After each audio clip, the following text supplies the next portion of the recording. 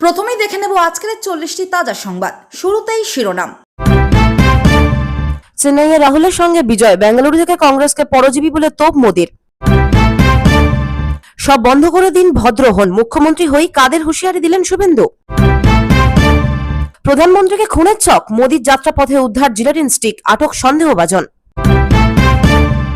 শপথ নিয়েই অ্যাকশন মোডে বিজয়, 200 ইউনিট বিদ্যুৎ ফ্রি সহ গুচ্ছ ঘোষণায় মাস্টার স্ট্রোক থালাপতির। মহিলারা 3000 টাকা করে পাবেন, শুরু হয়ে গেল অন্নপূর্ণা ভান্ডার নিয়ে আলোচনা। তারেক জামানাতেও রেহাই নেই, ফের চিন্ময় কৃষ্ণের জামিন নামঞ্জুর, জেলেই থাকতে হবে হিন্দু সন্ন্যাসীকে। জেল হতে পারে মমতার, দল থেকে বাদ পড়তে কি গোপন তথ্য ফাঁস করছেন ঋজু দত্ত। আগে রাহুলকে নেতা মানুন, তারপর কথা, মমতার সামনে কঠিন শর্ত রাখলেন অধীর চৌধুরী। বিজেপি ক্ষমতায় আসতেই বন্ধ জুলুমবাজি, এবার যৌনপল্লীতে উড়ল গেরুয়া আবির। রাস্তায় দাঁড়িয়ে গোমাংস খাওয়া বন্ধ করতে হবে, মন্ত্রী হই মেজাজে দিলীপ ঘোষ। এরপর কি হবে, হুঁশিয়ারি নাকি আত্মসমীক্ষা, তৃণমূল সাংসদের মন্তব্যে তোলপাড় রাজ্য রাজনীতি। মঙ্গল থেকে বৃহস্পতি 3 দিন বড়সড় হাওয়া বদল বাংলায়, কেমন থাকবে বাংলা? প্রিয় দর্শক, এতক্ষণ শুনছিলেন সংবাদ শিরোনাম। এবার আসছে বিস্তারিত খবরে। চেন্নাইয়ে রাহুলের সঙ্গে বিজয়, বেঙ্গালুরু থেকে কংগ্রেসকে পরজীবী বলে তোপ মোদির। দক্ষিণ ভারতের রাজনীতিতে আজ এক অদ্ভুত বৈপরীত্য ছবি ধরা পড়ল। একদিকে যখন চেন্নাইয়ে তামিলনাড়ুর নতুন মুখ্যমন্ত্রী হিসেবে বিজয় শপথ নিচ্ছেন, তখন তার পাশে সরকারের অংশীদার হিসেবে উপস্থিত রয়েছেন রাহুল গান্ধী। ঠিক সেই মুহূর্তেই প্রতিবেশী রাজ্য কর্ণাটক থেকে কংগ্রেসের বিরুদ্ধে তীব্র আক্রমণ প্রধানমন্ত্রী নরেন্দ্র মোদীর। বেঙ্গালুরুতে বিজেপি কর্মীদের সভায় কংগ্রেসকে পরজীবী দল বলে কটাক্ষ করেন তিনি। কংগ্রেসের বিশ্বাসঘাতকতার রাজনীতি, তামিলনাড়ুতে দীর্ঘদিনের জোট সঙ্গী ডিএমকে ছেড়ে বিজয়ের দল টিভিকের হাত ধরেছে কংগ্রেস। এই প্রসঙ্গ টেনেই মোদী বলেন, কংগ্রেস একটি পরজীবী দলে পরিণত হয়েছে। তারা লুটের টাকা নিয়ে কামড়াকামড়ি করছে, সুযোগ পেলেই তারা নিজের সঙ্গীকে ত্যাগ করতেও প্রস্তুত। এমন কোনো দল নেই যাকে কংগ্রেস পিছন থেকে ছুরি মারেনি। প্রধানমন্ত্রীর অভিযোগ, গত 3 দশক ধরে বিভিন্ন সংকটের সময় ডিএমকে কংগ্রেসকে সাহায্য করেছে। ইউপিএ 1, ইউপিএ 2 সরকারের সময় যখনই কংগ্রেস বিপদে পড়েছে, ডিএমকে তাদের উদ্ধার করেছে। কিন্তু ক্ষমতার লোভে এবং রাজনীতির হাওয়া বদল হতেই কংগ্রেস তাদের পুরনো মিত্রের সঙ্গে বিশ্বাসঘাতকতা করল। কর্ণাটক নিয়ে সুর চড়ালেন প্রধানমন্ত্রী। বেঙ্গালুরু সভা থেকে কর্ণাটকের কংগ্রেস সরকারের তীব্র সমালোচনা মোদীর। তার দাবি, অভ্যন্তরীণ ক্ষমতায় লড়াইয়ের কারণে এই সরকার সুশাসন দিতে ব্যর্থ হয়েছে। মুখ্যমন্ত্রী সিদ্দারামাইয়া এবং উপমুখ্যমন্ত্রী ডি.কে শিবকুমারের টানাপোড়েন নিয়ে ইঙ্গিত করে তিনি বলেন, গত 3 বছর ধরে কর্ণাটকের মানুষের সঙ্গে সমস্যা সমাধানের বদলে সরকারের অধিকাংশ সময় কেটেছে নিজেদের বিবাদ মেটাতে। কে কতদিন মুখ্যমন্ত্রী থাকবেন আর কেউ সুযোগ পাবেন কিনা সেটা নিয়েই সব ঝুলিয়ে রাখা হয়েছে। মোদী আরো যোগ করেছেন, কংগ্রেসের অভিধানে সুশাসন বলে কিছু নেই। তাদের গ্যারান্টি যেমন মিথ্যা, তারা নিজেরাও তেমন মিথ্যাবাদী। সে কারণেই ক্ষমতায় আসার কয়েক মাসের মধ্যেই তাদের বিরুদ্ধে জনরোষ তৈরি হয়। বিশ্বজুড়ে অস্থিরতার এই সময় বিজেপি নেতৃত্বাধীন এনডিএকেই রাজনৈতিক স্থায়িত্ব ও উন্নয়নের প্রতীক হিসেবে তুলে ধরেন প্রধানমন্ত্রী। তিনি বলেন, বেঙ্গালুরু থেকে গেরুয়া সূর্য উঠেছে, বিজেপির রাজনৈতিক প্রভাব দেশ জুড়ে বাড়ছে। নিজেদের মডেলের সাফল্যের উদাহরণ দিতে গিয়ে মোদী পুদুচেরিতে টানা দ্বিতীয়বারের এনডিএ ক্ষমতায় ফেরা, অসমে পুনরায় সরকার গঠন, পশ্চিমবঙ্গে বিজেপির রাজনৈতিক উত্থান এবং গুজরাটের স্থানীয় নির্বাচনে বিপুল জয়ের কথা উল্লেখ করেন। তার মতে, এই নির্বাচনী ফলাফলগুলো প্রমাণ করে যে দেশের মানুষ এখন নির্ণায়ক রাজনৈতিক পরিবর্তনের দিকেই ঝুঁকছে। সব বন্ধ করে দিন, ভদ্র হন, মুখ্যমন্ত্রী হই কাদের হুঁশিয়ারি দিলেন শুভেন্দু। কলকাতার ব্রিগেড শনিবার ছিল বিজেপি শক্তি প্রদর্শনের বড় মঞ্চ। সেই সভাতেই পশ্চিমবঙ্গের নতুন মুখ্যমন্ত্রী হিসেবে শপথ গ্রহণ করেন শুভেন্দু অধিকারী। প্রধানমন্ত্রী নরেন্দ্র মোদী, স্বরাষ্ট্রমন্ত্রী অমিত শাহ, একাধিক রাজ্যের মুখ্যমন্ত্রীদের উপস্থিতিতে শপথের পরই সাংবাদিক বৈঠকে কড়া বার্তা দেন তিনি। বিশেষ করে তোলাবাজি ও সিন্ডিকেট রাজ নিয়ে সরাসরি সতর্ক করে দেন শুভেন্দু। নতুন সরকারের প্রথম দিনই আইন শৃঙ্খলা এবং সিন্ডিকেটের বিরুদ্ধে কঠোর অবস্থানের ইঙ্গিত মিলেছে তার কথায়। শুভেন্দু অধিকারীদের কড়া বার্তা, শনিবার শপথ গ্রহণের পর সাংবাদিকদের মুখোমুখি হয়ে তিনি বলেন, চোর ডাকাত যারা সিন্ডিকেট চালাচ্ছেন তাদের বলবো শান্ত হন, ভালো হন, ভদ্র থাকুন, সাবধানে থাকুন, সব বন্ধ করে দিন। আর যদি বিপদ থাকে তাহলে সরে থাকাই ভালো। নতুন মুখ্যমন্ত্রীর এই মন্তব্য ঘিরে ইতিমধ্যেই রাজনৈতিক মহলে জোর চর্চা শুরু হয়েছে। বাংলার বিভিন্ন জায়গায় দীর্ঘদিন ধরেই সিন্ডিকেট ও তোলাবাজির অভিযোগ উঠেছে।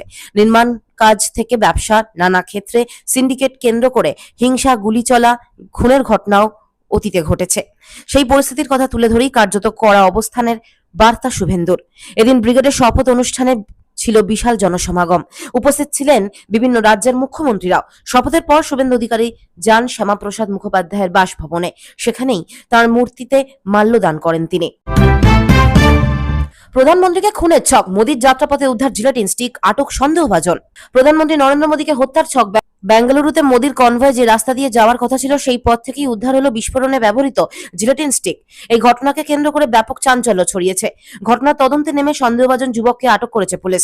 কিভাবে এই জিলেটিন স্টিক ওখানে এলো তা জানার চেষ্টা চলছে। নেপথ্যে বড় কোনো ষড়যন্ত্র ছিল কিনা তা খতিয়ে দেখছে তদন্তকারী আধিকারিকেরা। পুলিশ সূত্রে জানা যায়, রবিবার বেঙ্গালুরুতে আর্ট অফ লিভিং সেন্টারে এক অনুষ্ঠানে যোগ দেওয়ার কথা ছিল প্রধানমন্ত্রীর। যাত্রাপথে কাকগালিপুরায় এলাকায় থাথাগুনির কাছ থেকে উদ্ধার হয় জিলেটিন স্টিকগুলি। জানা যাচ্ছে, মোদির এই পথে যাওয়ার আগে পুলিশের কাছে সন্দেহভাজন একটি ফোন কল আসে। তার ভিত্তিতেই শুরু হয় তল্লাশি অভিযান। রাস্তার ধার থেকে উদ্ধার হয় জিলেটিন স্টিকগুলি। মোদির কনভয় বিস্ফোরণ উদ্ধারের ঘটনায় হাই অ্যালার্ট জারি। মোদি ওই পথে যাওয়ার আগে পুলিশের কাছে সন্দেহভাজন একটি ফোন কল আসে।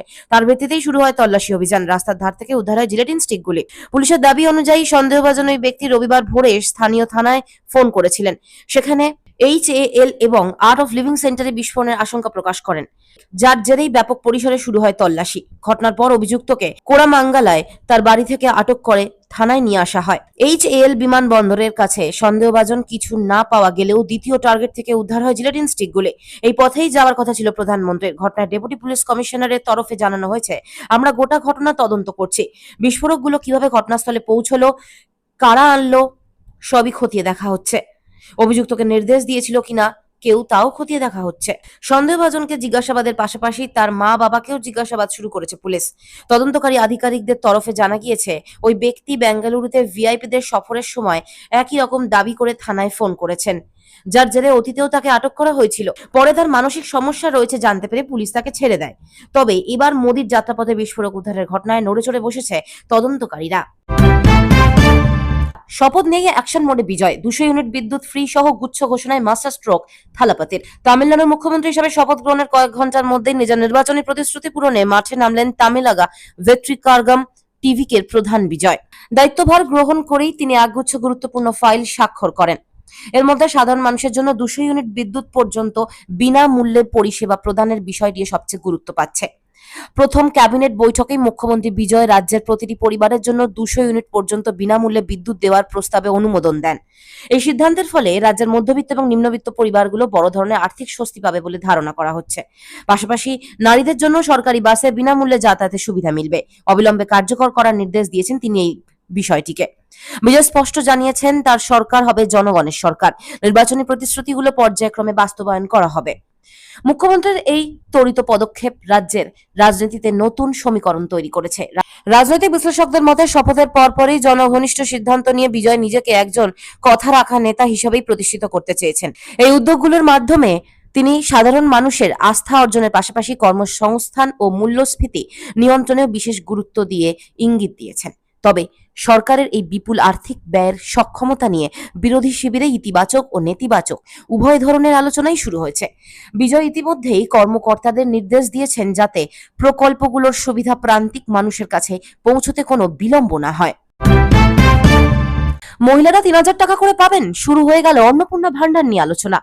সোমবার সকালে 11টায় নতুন মুখ্যমন্ত্রীর ক্যাবিনেট বৈঠক, স্থান নবান্নের সভাঘর। মুখ্যমন্ত্রী হিসেবে শপথ নেওয়ার পর প্রথম বৈঠকে শুভেন্দু অধিকারী।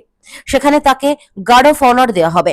তারপর 5 জন শপথ নেওয়া মন্ত্রীদের নিয়ে ক্যাবিনেট বৈঠক করবেন তিনি। বৈঠকে কি নিয়ে আলোচনা হবে? সূত্র মারফত জানা যাচ্ছে, কেন্দ্রের প্রকল্পের যেগুলো আগের সরকার গ্রহণ করেনি তা নিয়েই আলোচনা হতে পারে। আয়ুষ্মান ভারত এখানে গ্রহণ করা হয়নি। নির্বাচনী প্রচারে এসে বারবার বিজেপির কেন্দ্রীয় নেতৃত্ব এই নিয়ে মমতার সরকারের বিরুদ্ধে সরব হয়েছেন। বিজেপি নেতৃত্ব অভিযোগ করেছিলেন, এইভাবে একাধিক কেন্দ্রীয় প্রকল্প মমতার সরকার বাংলায় চালু হতে দেননি, কেবল রাজনৈতিক প্রতিহিংসা পরায়ণ হই। সেক্ষেত্রে ক্ষতির মুখে পড়েছিল রাজ্যের বাসিন্দারাই। মমতার সরকার পতনের পর স্বাস্থ্যসাথী কার্ডের গ্রহণযোগ্যতা প্রায় অবলুপ্তির পথে, কারণ সেই কার্ড অনেক বেসরকারি হাসপাতাল নেওয়া বন্ধ করে দিয়েছে। প্রশ্নের মুখে পড়ে লক্ষ্মীর ভান্ডারও। সেই বিষয়টি নিয়েও শুভেন্দুর বৈঠকে আলোচনা হতে পারে বলে জানা যাচ্ছে। মহিলারা যাতে আর্থিক সুবিধা পান তার জন্য ওই প্রকল্পের অন্য নাম দিয়ে চালু করা হতে পারে বলে প্রশাসনিক সূত্র মারফত খবর। আগেই বিজেপি ঘোষণা করেছিল, বলা ভালো তাদের সংকল্প পত্রেই উল্লেখিত ছিল, অন্নপূর্ণা ভান্ডার চালু করা হবে বাংলায়। তাতে মহিলারা মাথা পিছু 3000 টাকা করে পাবেন। সেই বিষয়েও কোনো সিদ্ধান্ত নেওয়া হয় কিনা এখন সেটাই দেখার। তারেক জামানাতেও রেহাই নেই, ফের চিন্ময় কৃষ্ণের জামিন নামঞ্জুর, জেলেই থাকতে হবে হিন্দু সন্ন্যাসীকে।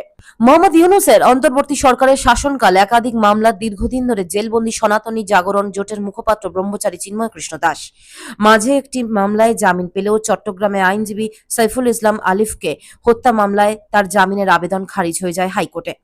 চিন্ময় কৃষ্ণের মামলাটিতে জামিন খারিজের আদেশ জারি করেন বিচারপতি কে এম জাহিদ সরওয়ার ও বিচারপতি শেখ আবু তাহের। এর আগে হত্যাসহ 5 মামলায় ইস্কন নেতা চিন্ময় দাসের জামিন প্রশ্নে করার রুলের ওপর শুনানি 7 মে বৃহস্পতিবার শেষ হয়েছে। আজ এই বিষয়ে আদেশ দেওয়ার কথা ছিল। সেই মতে আদালতে হত্যা মামলায় রুলটি খারিজ করে জামিন নাকচ করে দেওয়া হয়। এছাড়াও বাকি 4 মামলায় আদেশের জন্য আগামীকাল সোমবার দিনটি ধার্য করা হয়েছে। এর আগে যে মামলায় চিন্ময় কৃষ্ণ দাসকে জামিন দেওয়া হয়েছে সেটি দায়ের করেছিলেন প্রাক্তন মন্ত্রী মীর মোহাম্মদ নাসির উদ্দিন, যিনি পার্বত্য অঞ্চল ও ভূমি প্রতিমন্ত্রী মীর মোহাম্মদ হেলাল উদ্দিনের বাবা। ওই মামলায় চট্টগ্রামের হাটহাজারী জেলায় মেখাল এলাকায় জমি দখল, ভয়ভীতি প্রদর্শন এবং মারধরের অভিযোগে আনা হয়েছিল হিন্দু সন্ন্যাসীর বিরুদ্ধে। 2023 সালে চিন্ময় কৃষ্ণ ছাড়াও আরো 5 জনের বিরুদ্ধে মামলা দায়ের হয়েছিল। পুন্ডরিক ধামের তৎকালীন অধ্যক্ষ চিন্ময় কৃষ্ণ দাস পরবর্তীতে রাজনৈতিক পরিস্থিতিতে সনাতন ধর্মাবলম্বীদের বিভিন্ন দাবি দাওয়া নিয়ে গড়ে ওঠা সনাতন জাগরণ জোটের মুখপাত্র হন। তার নেতৃত্বে চট্টগ্রাম সহ বিভিন্ন স্থানে এসব দাবিতে সমাবেশ হয়। 2024 সালের 31 অক্টোবর চট্টগ্রাম নগরের চান্দগাঁও মোহরা ওয়ার্ড বিএনপির সাধারণ সম্পাদক ফিরোজ খান কোতোয়ালির থানায় চিন্ময় কৃষ্ণ দাস ব্রহ্মচারী সহ 19 জনের বিরুদ্ধে রাষ্ট্রদ্রোহের মামলা করা হয়। এরপরে হিন্দু সন্ন্যাসীকে ঢাকা থেকে গ্রেপ্তার করে চট্টগ্রাম আনা হয়। 2024 সালের 26 নভেম্বর জাতীয় পতাকার অবমাননার অভিযোগে রাষ্ট্রদ্রোহ মামলায় চিন্ময় দাসের জামিনকে কেন্দ্র করে সংঘর্ষ ঘটে। ওই ঘটনায় আইনজীবী সাইফুল ইসলাম আলিফ নিহত হন। তার বাবা জামাল উদ্দিন 31 জনের নামে উল্লেখ করে হত্যার মামলা দায়ের করেন। ঘটনার পর পুলিশ আইনজীবী ও মামলাকারীদের ওপর হামলা এবং ককটেল বিস্ফোরণের অভিযোগ আরও কয়েকটি মামলা হয়। হত্যা মামলায় পুলিশের ইতিমধ্যেই আদালতে 1 দফায় চার্জশিট জমা দিয়েছে। বর্তমানে ওই মামলায় সাক্ষ্য গ্রহণ পর্ব চলছে। চিন্ময় কৃষ্ণ দাসের বিরুদ্ধে এমন 6টি মামলা থাকায় এখনই জেল মুক্তি হবে কিনা সেটাই দেখার। জেল হতে পারে মমতার, দল থেকে বাদ পড়তেই কি গোপন তথ্য ফাঁস করছেন ঋজু দত্ত? তৃণমূল কংগ্রেস থেকে বহিষ্কৃত হওয়ার পরই এবার গোপন ফাইল খুলতে শুরু করেছেন ঋজু দত্ত। দলের দীর্ঘদিনের পরিচিত মুখ এবার সরাসরি আক্রমণ শানালেন মমতা বন্দ্যোপাধ্যায় এবং অভিষেক বন্দ্যোপাধ্যায়ের বিরুদ্ধে। এমনকি মমতা বন্দ্যোপাধ্যায় জেল হতে পারে বলেও এক চাঞ্চল্যকর বিস্ফোরক দাবি করে বসলেন তিনি, জানিয়ে এই মুহূর্তে রাজ্য রাজনীতিতে শোরগোল পড়ে গিয়েছে। ঋজু দত্তের অভিযোগের তীরে এবার প্রধানত প্রশান্ত কিশোরের মস্তিষ্ক প্রসূত সংস্থা আইপ্যাক। তার দাবি, বাইরে থেকে এই সংস্থাটি এখন কার্যত তৃণমূল কংগ্রেসকে দখল করে নিয়েছে। দলের অন্দরের সমস্ত নিয়ন্ত্রণ এখন আর মমতা বা অভিষেকের হাতে নেই, বরং আইপ্যাকের কর্মীরাই ঠিক করে দিচ্ছেন দলের ভবিষ্যৎ। ঋজু সরাসরি আক্রমণ শানিয়ে বলেন, ওই সংস্থার ওপর অতি নির্ভরশীলতাই মমতার রাজনৈতিক জীবনে বড় বিপর্যয় ডেকে আনতে পারে। নিজেদের দাবির সপক্ষে আরো বিস্ফোরক হয়ে বলেন, আইপ্যাক যেখানে দলকে পরিচালনা করছে তাতে আইনি জটিলতা তৈরি হওয়া শুধু সময়ের অপেক্ষা, আর সেই দায় গিয়ে পড়বে সরাসরি সুপ্রিমোর ওপরেই। এমন পরিস্থিতি তৈরি হচ্ছে যে মমতা জেল যাওয়া অসম্ভব কিছু নয়। তৃণমূলের অন্দরে দীর্ঘদিন ধরে এই মুখপাত্রকে কেন বহিষ্কার করে রাখা হলো তা নিয়ে এমনিতেই রাজনৈতিক মহলে নানা জল্পনা ছিল, কিন্তু দল থেকে বের হতেই তার এই সুর বদল এবং সরাসরি নেত্রীকে ব্যক্তিগত আক্রমণ কার্যত বেনজির বলেই রাজনৈতিক বিশ্লেষকরা মনে করছেন। ঋজুর মতে তৃণমূলের ওপর তার সেই পুরনো আবেগ বা মাটির মানুষের দল নেই, সেটি এখন একটি কর্পোরেট সংস্থায় পরিণত হয়েছে, যেখানে পুরনো একনিষ্ঠ কর্মীদের কোনো জায়গা নেই। এখন প্রশ্ন উঠছে, ঋজু দত্তর কাছে কি এমন কোনো অকাট্য তথ্য আছে যার ভিত্তিতে তিনি এই জেলের দাবি তুলেছেন, নাকি দল থেকে বহিষ্কৃত হওয়ার ক্ষোভ থেকেই এই আক্রমণ? তৃণমূল ভবনের পক্ষ থেকে অবশ্য এ বিষয়ে কোনো কড়া প্রতিক্রিয়া দেওয়া হয়নি। তবে ঋজু দত্তর এই মন্তব্য যে আসন্ন দিনগুলিতে বাংলার রাজনীতিতে বড়সড় ঝড় তুলতে পারে তা বলার অপেক্ষা রাখে না। আগে রাহুলকে নেতা মানুন, তারপর কথা। মমতার সামনে কঠিন শর্ত রাখলেন অধীর চৌধুরী। ভারতীয় রাজনীতিতে ইন্ডিয়া জোটের সমীকরণ যখন অত্যন্ত সংবেদনশীল পর্যায়ে, ঠিক তেমনই তৃণমূল নেত্রী মমতা বন্দ্যোপাধ্যায়ের ওপর পাল্টা চাপের রাজনীতি শুরু করলেন প্রাক্তন প্রদেশ কংগ্রেস সভাপতি অধীর রঞ্জন চৌধুরী। জোটের ভবিষ্যৎ নিয়ে তৃণমূলের নানাবিধ মন্তব্যের প্রেক্ষিতে এবার পাল্টা শর্ত ছুড়ে দিলেন বহরমপুরের দাপুটে নেতা। অধীরের সাফ কথা, জোট করতে হলে আগে রাহুলকে নেতা মানুন, তারপরেই জোট হবে। দীর্ঘদিন ধরেই পশ্চিমবঙ্গে তৃণমূল এবং কংগ্রেসের আদায় কাজ করা সম্পর্ক, কিন্তু জাতীয় স্তরে বিজেপি বিরোধী জোট গঠনের সময় মমতা বন্দ্যোপাধ্যায় ও রাহুল গান্ধীকে একই মঞ্চে দেখা গিয়েছে বারংবার, যদিও আসন রফা কিংবা নেতৃত্ব নিয়ে দুই দলের মধ্যে টানাপোড়েন থামেনি। সাম্প্রতিক সময়ে তৃণমূলের পক্ষ থেকে বারবার নিজেদের প্রধান বিরোধী শক্তি হিসেবে তুলে ধরার প্রচেষ্টা দেখা যাচ্ছে। তাকে এবার চ্যালেঞ্জ করলেন অধীর। কংগ্রেস হাইকমান্ড অত্যন্ত ঘনিষ্ঠ হিসেবে পরিচিত অধীর চৌধুরী প্রশ্ন করেছেন যে জাতীয় স্তরে কংগ্রেসই জোটের প্রধান স্তম্ভ। তার দাবি, মমতা বন্দ্যোপাধ্যায় যদি সত্যিই বিজেপিকে হারাতে জোটের প্রতি দায়বদ্ধ হন, তবে কংগ্রেসের নেতৃত্বে এবং রাহুল গান্ধীর প্রধান ভূমিকা স্বীকার করে নিতে হবে। অধীরের এই মন্তব্যকে কেন্দ্র করে ইতিমধ্যে দিল্লির রাজনৈতিক অলিন্দে শুরু হয়েছে জোর জল্পনা। রাজনৈতিক বিশ্লেষকদের মতে অধীর চৌধুরীর এই কঠোর অবস্থান আসলে তৃণমূলের ওপর পাল্টা চাপ তৈরির কৌশল। একদিকে বাংলা তৃণমূল কংগ্রেসের সঙ্গে আসন সমঝোতা নিয়ে ধোঁয়াশা, অন্যদিকে সর্বভারতীয় স্তরে নেতৃত্বের লড়াই। এই দুইয়ের মাঝে অধীরের শর্ত তৃণমূল নেত্রীকে কিছুটা হলেও অস্বস্তিতে ফেলবে। এখন দেখার, অধীরের এই কড়া শর্তের উপর তৃণমূল ভবনের পক্ষ থেকে কি প্রতিক্রিয়া আসে। মমতা বন্দ্যোপাধ্যায় কি রাহুল গান্ধীর নেতৃত্বকে নমনীয়ভাবে নেবেন, নাকি শর্তের জোরেই ইন্ডিয়া জোটের অন্দরে ফাটল আরো চওড়া হবে? বিজেপি ক্ষমতায় আসতেই বন্ধ হয়েছে জুলুমবাজি, যৌনপল্লীতে উড়ল গেরুয়া আবির। যৌনপল্লীতে চলতো তোলাবাজি। বাংলায় বিজেপি ক্ষমতায় আসতেই প্রকাশ এলো বিস্ফোরক তথ্য। জানা গিয়েছে তৃণমূল সরকার হারায় বন্ধ হয়েছে জুলুমবাজি, আর সেই আনন্দেই বিরিয়ানি মিষ্টি বিলি করে আবির খেললেন শেওড়াফুলির যৌনকর্মীরা। প্রথমবার বাংলায় সরকার গড়ল ভারতীয় জনতা পার্টি। মুখ্যমন্ত্রী হয়েছেন শুভেন্দু অধিকারী। শনিবার ব্রিগেডে শপথ গ্রহণ করেন রাজ্যের নয়া মুখ্যমন্ত্রী। আর তাতেই স্বাধীনতার স্বাদ পেয়েছেন শেওড়াফুলির যৌনপল্লীর বাসিন্দারা। যৌনকর্মীদের অভিযোগ, চাঁদা তোলার নামে তোলাবাজি চলতো। প্রতিবাদ করলেই বাচ্চাদের জল দুধ বন্ধ করে দেওয়ার চেষ্টা হতো, এমনকি রেশনও বন্ধ করে দেওয়া হয়েছিল। প্রশাসনের হস্তক্ষেপে সেই সমস্যা সাময়িকভাবে মিটলেও তোলাবাজি চলতোই। অবশেষে সরকার বদল হয়েছে, পরিস্থিতি বদলেছে অনেকটাই। তাই যৌনকর্মীরাও খুব খুশি। আনন্দে শেওড়াফুলির যৌনপল্লীতে গেরুয়া আবির খেলে সবাইকে মিষ্টিমুখ করানো হয়, চলে বিরিয়ানি বিলি। যৌনপল্লীর 7 নম্বর ওয়ার্ডে কংগ্রেস কাউন্সিলর বিশ্বজিৎ সিং বলেন, টাকা নেওয়া হতো এটা শুনেছি, তবে যৌনকর্মীরা চুপ করেছিল, কিছু বলতো না। এখন তারা মনে করছেন তাদের ভালো হবে। সেই আনন্দে গেরুয়া আবির মাখলেও তারা বিজেপি হয়ে যায়নি। 15 বছর ধরে শাসক দল হিসাবে থাকা তৃণমূল সরকারের পতন ঘটিয়েছে বিজেপি। 207 জন বিধায়ক নিয়ে বিপুল মার্জিনে জয় পেয়েছে পদ্ম শিবির। উন্নয়ন, কর্মসংস্থান, নারী সুরক্ষা, গণতান্ত্রিক অধিকার রক্ষাই লক্ষ্য। সোনার বাংলা গড়তে অঙ্গীকারবদ্ধ তিনি। শপথ নিয়েই রাজ্যবাসীর উদ্দেশ্যে বার্তা দেন নতুন মুখ্যমন্ত্রী। রাস্তায় দাঁড়িয়ে গোমাংস খাওয়া বন্ধ করতে হবে, মন্ত্রী হই মেজাজে দিলীপ ঘোষ।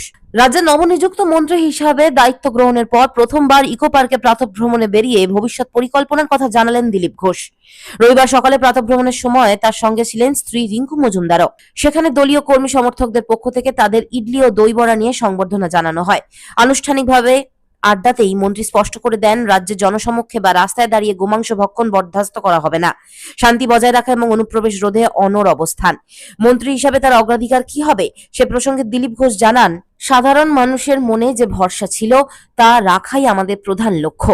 তিনি বলেন, মানুষ যাতে নিরাপদ বোধ করে শান্তিতে বাস করতে পারে তা আমাদের নিশ্চিত করতে হবে। অতীতের বিভিন্ন ঘটনার কথা উল্লেখ করে তিনি জানান, রামনবমীর মতো ধর্মীয় অনুষ্ঠানে সাধারণ মানুষের অংশগ্রহণে যাতে কোনো বাধা না আসে সেদিকে নজর রাখাই আমাদের দায়িত্ব।